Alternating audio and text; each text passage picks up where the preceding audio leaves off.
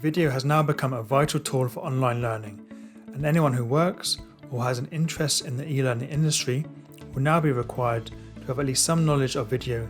and how to incorporate it successfully within online learning. Hello and welcome to the Video Production for E-Learning course. I'm Rob Worrell and my background includes working for various top UK universities where I specialise in video production for e-learning. Throughout the years of working within the industry, I've seen firsthand how a video production project changes when developing videos for e-learning, from designing the script and storyboard alongside the subject matter experts to using certain filming and editing techniques, making the video suitable for online learning.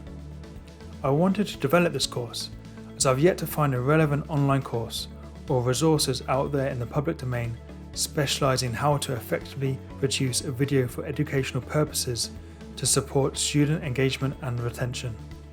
This course is structured using the ADDIE instructional design model, so you can also see how it can be applied to a video production project. We shall also be covering aspects such as how to effectively work with subject matter experts, how to create a video resource following best practice guidelines for e-learning, and how to apply learning theories such as cognitive load theory and constructivism to video content. This course is for anyone with an interest or background in e-learning,